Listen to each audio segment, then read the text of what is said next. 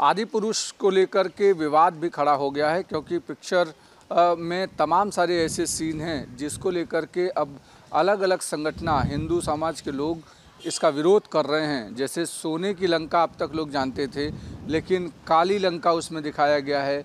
साथ ही साथ रावण का जिस तरीके से दिखाया गया है कि वो सर्प और नागों के बीच में रहता है, ऐसे तमाम सारी चीज़ें हैं जो जिसको लेकर के विवाद खड़ा हुआ है। इस पर फिल्म क्रिटिक किस तरीके से बोलते हैं, हमारे साथ पराग छापेकर जी हैं, वरिष्ठ पत्रकार हैं। पराग जी, किस तरीके से इस फिल्म को देखते हैं, और ख़ास करके इसमें कई सारी ऐसे सीन हैं जिनको लोग आपत्ति कर रहे हैं? देखिए, बेसिकली हमारे धर्मों में, हमारे आस्थाओं में हम ये मानते कि जाकी रही भावना जैसी, प्रभु मूरत लागे वैसी। तो हरि कथा जो है, हम जब जिस भावना से जो कहता है वो वाल्मीकि जी कहते हैं वो अपनी रामायण लिखते हैं, तुलसीदास कहते हैं वो अपनी रामायण लिखते हैं। तो जो एक्सप्रेस करता है उस ढंग से वो अपनी रामायण को डिपिक्ट करता है। या वैसे ही ओम राउत एक फिल्म मेकर है, उन्होंने कल्पकता के साथ साथ जो आज की टेक्नोलॉजी है उसके साथ उन्होंने वो किया और एक अपनी रामायण कही। लेकिन जो मुद्दा है कि लोगों को जो पसंद नहीं आ रहा है, आपकी कलात्मकता और वो अपनी जगह सही है, लेकिन जनधारणा और आस्था क्या है।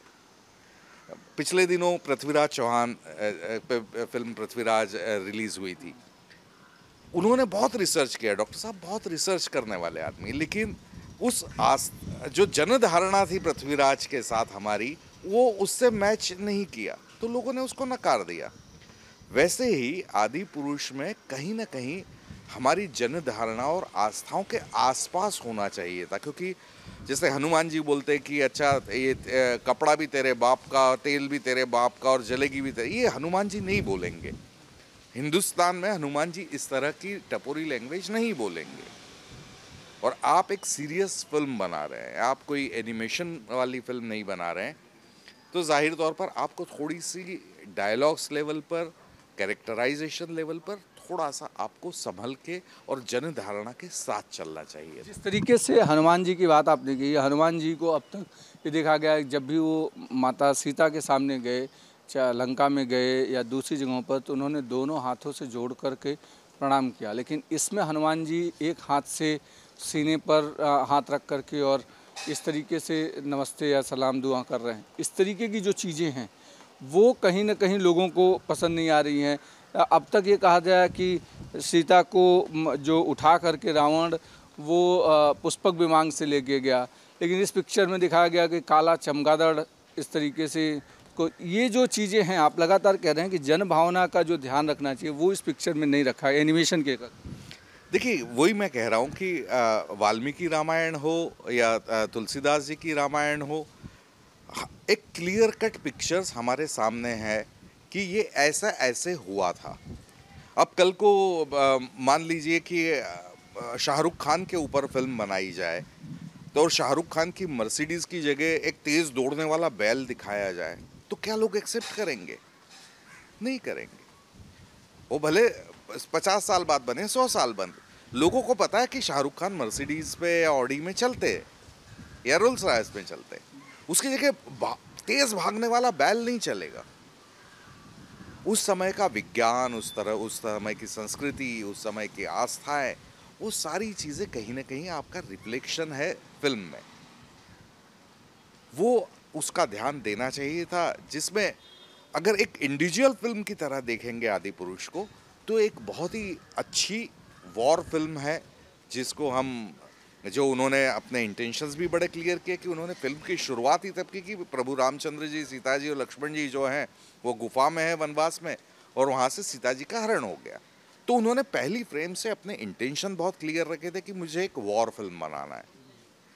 पर प्रभु रामचंद्र जी हमारी आस्थाओं का केंद्र है, हनुमान जी हमारी आस्थाओं का केंद्र है, हम सबको उस कहानी के बारे में पता है, तो कहीं ना कहीं हमारी जनधारणा के साथ साथ कैरेक्टराइजेशन होता तो इस तरह के विवाद खड़े ना होते। क्या एनिमेशन और ज़्यादा फिल्म में अलग अलग वेरिएशन डालने के चक्कर में वो जो फोकस था वो डिफोकस हो गया क्या? देखिए, एनिमेशन और वीएफएक्स तो होना ही था, क्योंकि हम जब राम रावण युद्ध की बात करते हैं, वो जिसको देवताओं ने देखा था, स्वर्ग से तीनों लोकों के लोग उस युद्ध को देख रहे, तो एनिमेशन होना था, वीएफएक्स बनना था। लेकिन क्या होता है ना इस फिल्म के साथ, वो है कि जो कैरेक्टराइजेशन है मर्यादा पुरुषोत्तम राम, वो क्यों मर्यादा पुरुषोत्तम राम है, क्यों हजारों सालों से हमारे जनमानस में आस्थाओं का प्रतीक है, हम क्यों उनकी पूजा करते हैं, वो कहीं फिल्म में समझ में नहीं आता है। वो एक योद्धा राम है, वो समझ में आता है। सीता जी और रावण का जो पूरा वो कह रहे हो है पूरा सीक्वेंस है, वो कहीं हम सुनते, क्योंकि रामायण महाभारत हमारे जनमानस से जुड़ा है, हमारे जेनेटिक्स में है। उस जेनेटिकल उससे सीक्वेंसिंग से छेड़छाड़ आपको बहुत सोच समझ के करना चाहिए। वो कहीं ना कहीं उस जेनेटिक्स के आसपास होना चाहिए, तब आप सफल होंगे। आप 360 डिग्री अपोजिट नहीं जा सकते। और जो इस फिल्म का विवाद हो रहा है, विरोध हो रहा है, वो शायद इसीलिए हो रहा है कि हमारी आस्थाओं के साथ कहीं ना कहीं वो मैच नहीं कर रही। लेकिन मैं फिर कहूँगा कि एज ए इंडिविजुअल फिल्म, अगर हम इसको ये घोषणा करना छोड़ दें कि ये मर्यादा पुरुषोत्तम राम की फिल्म है, तो एक अच्छी फिल्म है। बिल्कुल, जिस तरीके से पराग छापेकर कह रहे हैं कि अगर हम इंडिविजुअल देखें तो बहुत अच्छी फिल्म है, लेकिन जब हम आस्था से इस पिक्चर को देखने जा रहे हैं तो इसमें बहुत सारी ऐसी छेड़छाड़ हुई है जो नहीं होनी चाहिए, क्योंकि वो जनमानस के खिलाफ है। आदि पुरुष को लेकर के कंट्रोवर्सी शुरू हो गई है। लोग कह रहे हैं कि पिक्चर वास्तविकता से कहीं परे है, ग्राफिक्स और वीएफएक्स का ज़्यादा इस्तेमाल किया गया है। इन सारी चीज़ों पर बातचीत करने के लिए हमारे साथ वरिष्ठ पत्रकार, फिल्म क्रिटिक दिलीप ठाकुर जी हैं। दिलीप जी, किस तरीके से इस पिक्चर को देखते हैं? आपने पूरी पिक्चर देखी है, क्या क्या चीज़ें उसमें लग रही है कि जो कहीं ना कहीं ओम राउत ने गलत किया? सबसे पहली बात, मैंने जब सेंसर सर्टिफिकेट देखा 179 मिनट्स, तभी मैं डर गया। मैंने सोचा कि इतना क्या 3 घंटा क्या दिखाएंगे ओम राउत। पूरी फिल्म जो है, एक तो ओम राउत के ऊपर है ना तानाजी के सक्सेस का और छाड़ू है, ओवर कॉन्फिडेंस है, हैंगओवर है। दूसरी बात यह है, अभी देखो साउथ की फिल्में पिछले कुछ सालों से चल रही है, हिट हो रही है, मीन्स काफ़ी फिल्में। और बाहुबली के बाद जो ट्रेंड आ चुका है कि आप ग्राफिक्स दिखाओ, स्पेशल इफेक्ट्स दिखाओ, तो ओम राउत ने इस फिल्म में क्या किया है कि ग्राफिक्स और रामायण दोनों का जो मिक्सअप किया है, मिक्सचर किया है, मुझे लगता है ना कि वो गलत किया है। मैं आपको एक बात बताता हूँ, 70s 60s में है ना चंद्रकांत, होमी वाडिया ऐसे कुछ डायरेक्टर थे, उसकी स्पेशलिटी थी माइथोलॉजिकल फिल्म में।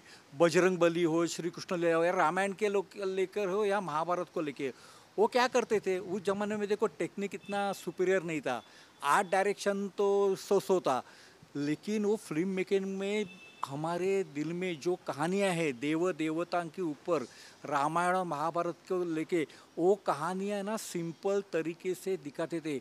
और एक मैं आपको बात बताता हूँ, मैं गिरगांव में रहता था और हमारे घर के सामने मैजेस्टिक थिएटर हुआ करता था। जब भी कोई माइथोलॉजिकल फिल्म रिलीज होती थी ना, पूरा डेकोरेशन है ना, वो दृश्य वहाँ दिखाते थे कि क्या चल रहा है। मीन्स लोग कनेक्ट होते थे। जो सिंपल, जितनी ऐसी फिल्में जितनी सिंपल रहेगी, कैरेक्टर जितने सिंपल रहेंगे, उसके डायलॉग जितने सिंपल रहेंगे, क्या क्या चीज़ें इसमें आपको लगता है कि जो कहीं ना कहीं क्या क्या चीज़ें हैं जिसमें आपको लगता है कि कहीं ना कहीं इसमें ये दिक्कतें हुई हैं और इसके कारण जो है फिल्म कहीं ना कहीं विवादों में आई? देखो, राम के बारे में हमारे दिल में क्या है, एक आदर्श पुरुष, एक फिल्म में तो उसके हट से हुआ है। जो हनुमान जी की जो डायलॉग है, वो डायलॉग है ना आम हिंदी फिल्मों में एक ज़माने में जैसे हुआ करते थे ना, वो बताए। शायद मुझे लगता है ओम राउत की थिंकिंग होगी कि ऐसे डायलॉग के ऊपर क्लैप आ जाएंगे, लेकिन फिल्म तो उस तरह की नहीं है, मसाला फिल्म तो नहीं है, ये तो रामायण के ऊपर फिल्म बनी है।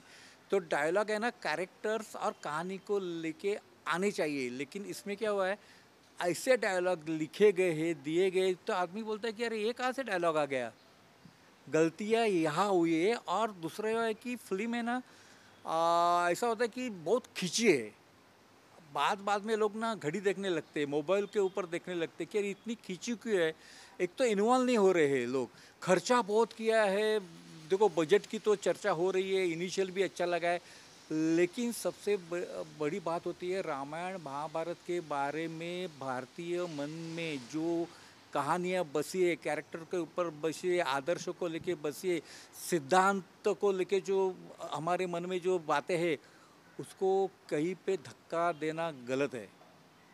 आम आदमी ये सह नहीं पाएगा, ये मुझे लगता है। बिल्कुल, जिस तरीके से यहाँ पर देव ठाकुर कह रहे हैं कि ओम राउत के ऊपर उनके पुराने पिक्चर तानाजी मालुसरे का एक तरीके से ओवरशैडो दिख रहा है, यानी उनके ऊपर ओवर कॉन्फिडेंस है, उसी तरीके के ग्राफिक्स वीएफएक्स इस्तेमाल किए हैं जो खास करके मैथोलॉजिकल फिल्मों में इस्तेमाल नहीं किया जाना चाहिए, क्योंकि उससे तथ्यों के साथ एक छेड़छाड़ हुई है और ग्राफिक्स के कारण पूरी की पूरी पिक्चर वो वास्तविकता से कहीं दूर हट गई है।